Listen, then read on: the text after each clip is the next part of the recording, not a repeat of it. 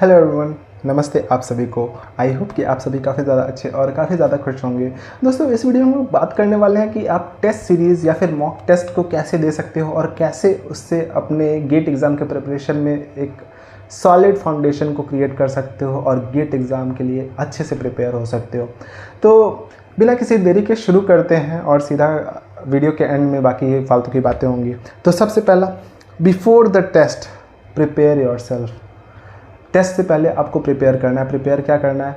आपको एक real test के तरीके इस चीज़ को देखना है। आपको रियल टेस्ट किस तरीके से आप देते हो उसको देखना है। मतलब जा रहे हो, जैसे कि समझ लो गेट एग्ज़ाम देने ही जा रहे हो, तो प्रॉपर तरीके से आपको जैसे 3 घंटे का टेस्ट सीरीज़ है तो 3 घंटे के लिए आपको प्रिपेयर्ड रहना है। फॉर्मूलेज़ को प्रॉपर रिवीजन अगर करना चाहो तो आप करो, और उसके साथ साथ आपको बीच में कहीं उठ के भागना नहीं है कि पानी पीने चल दिए, ये करने चल दिए, वो करने चल दिए। तो इसमें प्रॉपर तरीके से आपको देखना है। शॉर्ट नोट्स को प्रॉपर तरीके से आपको रिवाइज़ करना हो तो रिवाइज़ कर लेना, ठीक है। अब इसमें आपको एनालाइज़ करना है अपनी परफॉर्मेंस को, तो आप डीमोटिवेट मत होना, ठीक है, किसी भी टेस्ट सीरीज़ को सॉल्व करते समय। तो पहला मैंने क्या बताया कि अपने आप को टेस्ट से पहले प्रिपेयर करो। दूसरा क्या है, ड्यूरिंग द टेस्ट आपको देखो 3 राउंड में आप टेस्ट को दो, पढ़ते जाओ, जो इजी लगे उसको उसी समय सॉल्व करो। जितने भी क्वेश्चन आपको इजी लगे करते के देखते जाओ। 65 क्वेश्चन है तो सब क्वेश्चन को पढ़ते जाओ, जो इजी लगे उसको उसी समय सॉल्व कर दो, जो एकदम इजी लगे उसको उसी समय सॉल्व कर दो, ठीक है। पूरे टेस्ट को देखो, पूरे क्वेश्चंस को देखो, इजी को सॉल्व करते जाओ। फिर दोबारा से देखो, मीडियम है उसको सॉल्व करते जाओ कि पिछली बार तो नहीं बना था लेकिन हाँ इसको मैं कर तो लूँगा, इतना मुझे पता है, तो उस पर एफर्ट डालो, ठीक है। तो ऐसे करके सारे क्वेश्चंस को फिर से देखो कि किसको मैं कर पा रहा हूँ, और उसके साथ आपको ये भी पता रहेगा, पहले ही राउंड में पता चल जाएगा कि ये क्वेश्चन मैं नहीं कर सकता, तो उस क्वेश्चन को छोड़ते जाओगे। फिर तीसरे राउंड में जो क्वेश्चन जो लिटिल हार्डर हैं या ज़्यादा टाइम कंज्यूमिंग है या बच गए हैं, तो आप उन क्वेश्चंस को सॉल्व कर सकते हो। तो इस तरीके से 3 राउंड में आपको क्वेश्चंस को सॉल्व करने हैं, ठीक है। अब उसके बाद जो है, डोंट गेट स्टक। किसी भी क्वेश्चन में अगर 3 महीने से ज़्यादा लगता है, 3 मिनट से ज़्यादा लगता है, 3 महीने में तो हम 4 महीने का तो रोड मैप ही बना के आ रहे हैं, तो 3 मिनट से ज़्यादा लगता है, तो आपको स्टक नहीं होना है उसमें। और अवॉइड ब्लाइंड गैसिंग, गैस नहीं करना है। देखो, उल्टे सीधे तुक्के नहीं मारने हैं आपको। सीधी सी बात, तुक्के मारोगे तो आपके आंसर्स गलत होने के बहुत ही ज़्यादा चांसेस रहेंगे। अगर 100% श्योर हो तभी करेक्ट करना, वरना मत करना।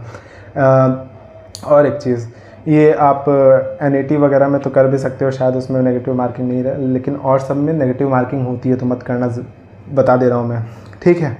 अब इसमें आफ्टर द टेस्ट आपको एनालाइज़ करना। देखो, ये सबसे ज़्यादा इम्पॉर्टेंट चीज़ है। आप एनालाइज़ करो।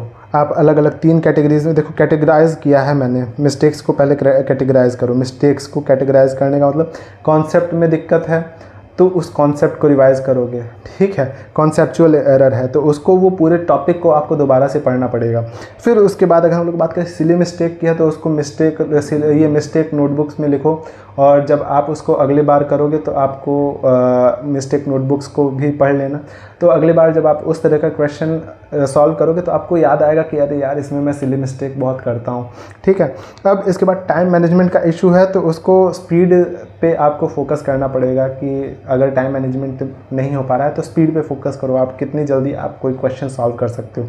अब बात करें और क्या चीज़ करना है, तो हर एक क्वेश्चन को रिव्यू करना। अगर करेक्ट हुआ तो क्या तुक्के से करेक्ट हो गया, या हमने अच्छे से, हमें टॉपिक की क्लैरिटी थी तब करेक्ट हुआ।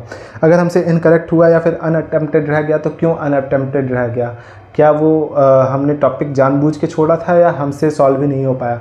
तो ये सारी चीज़ों को आपको ध्यान में रखना है, और इस तरीके से आप अच्छे तरीके से मॉक टेस्ट को दे सकते हो, मॉक टेस्ट को यूटिलाइज़ कर सकते हो। आप एनालिसिस के लिए यूज़ करो मॉक टेस्ट को, आप अपनी प्रिपरेशन को चेक करने के लिए यूज़ करो, ना कि आप डिमोटिवेट होने के लिए कि अरे यार मॉक टेस्ट में तो मार्क्स ही अच्छे नहीं आए। मॉक टेस्ट में जिसके 20-20 मार्क्स भी आते हैं वो भी जाके 80-90 मार्क्स लेके आता है। ये आपके बिलीफ की बात है, ये आपके कॉन्फिडेंस की बात है। तो आप इसको रियल एग्ज़ाम की तरह मत लो, मतलब कि स्टार्टिंग में तो लो, जब पढ़ रहे हो तब लो, जब रिज़ल्ट आ गया तो मत लो। तब सिर्फ चेक करो कि मैंने कहाँ गलती की। स्टार्टिंग में रियल एग्ज़ाम की तरह ही देना है। अब ऐसा मत कहना कि आप तो कह रहे थे रियल एग्ज़ाम की तरह देना है, फिर कह रहे हो कि मतलब कि रियल एग्ज़ाम की तरह नहीं लेना, ठीक है। तो इस चीज़ को आप लोग को याद रखना है, और अब ज़्यादा मैं बकवास नहीं करूँगा, सिर्फ यही बताना चाहूँगा कि अब आगे के वीडियोस में हम काफ़ी ज़्यादा गेट एग्जाम से रिलेटेड चीज़ें लाते रहेंगे। तो इस वीडियो को भी लाइक कर दो और आपको किस टॉपिक पे वीडियो चाहिए ये ज़रूर बताओ। और अगर आपको ये वीडियो पसंद आए हो तो हाँ, फिर से बोल रहा हूँ, लाइक कर दो, चैनल को सब्सक्राइब कर दो, कमेंट में बता दो कि आपको कौन सा टॉपिक चाहिए। और इस वीडियो में इतना ही। बाय बाय, नमस्ते, जय हिंद।